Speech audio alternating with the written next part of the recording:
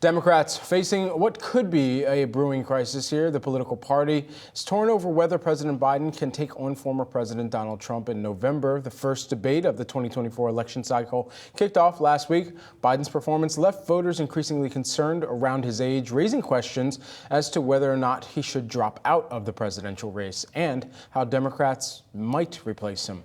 For more on what this could mean for markets, we've got Brian Gardner, who is the Stifel Chief Washington Policy Strategist. Brian, great to have you here with us. Okay, so just the likelihood that we would see any replacement at this juncture, especially considering how much they were continuing to push out some of the campaign and rally and Waffle House videos over the weekend.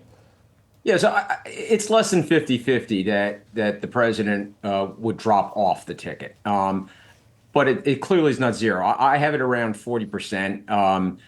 Clearly going through the weekend, there was pushback from the inner circle, from the Biden family. So the tea leaves right now suggest that he's not going to drop off. At the same time, anybody who watched Thursday night knows that there are challenges for the president going forward and for the party more broadly. So you can't dismiss the idea that there will be an effort to persuade him to drop off. The idea that he would be pushed out is very, very low, almost zero, but that he could be persuaded to step aside.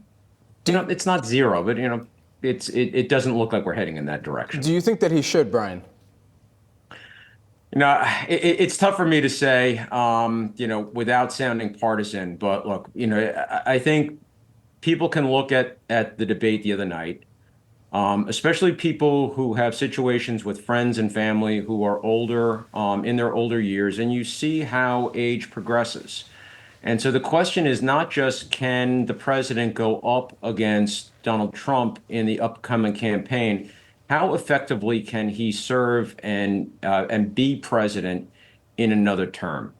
That's a very serious question right now. I think to an objective observer who watched Thursday night, the answer is probably no. And so it's not for me to say because I'm not part of the Biden family, but they need to have a very serious conversation right now. I also want to get your take, Brian, on a new CBS News poll showing that an increasing number of voters do not think Biden should be running after that debate. Over 70% of them saying, to your point, that he does not have the cognitive health to be the next president of the United States. That is up from 65% previously there. Given that polling, I am curious from your perspective, if Biden were to drop out of this race, how does that impact who could potentially get into the White House next year, right? It looks like increasingly voters are not thrilled with the idea of Biden being in the White House. Does that necessarily mean that they would be thrilled with whoever else goes up against Trump? That's a great question. And it probably gets you back to the answer of why he probably stays in, because the selection process for Democrats to pick a replacement could be disruptive, chaotic, fracture the party. You start with his vice president, who has her own political weaknesses, does not poll particularly well. If you go beyond her to other Democrats around the country who may not have a strong base or a national base of support, this is a very complicated process if President Biden were to step aside. And so, I think there are probably people, within upper echelons of the Democratic Party who may not be happy with how things went on Thursday night, but they also know the alternative isn't all that great. So, yeah, there would be a conversation of the vice president, of Gavin Newsom, of Gretchen Whitmer, a host of other Democrats. Getting from where we are now to replacing Biden is not an easy task. How has the questions and commentary from your peers at Stifel, from your clients, evolved since post-debate? I imagine the types of questions you were getting right after the debate. How has that conversation changed through to today?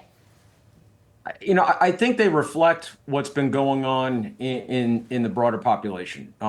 Just a lot of surprise, to a degree of shock at the performance on Thursday night.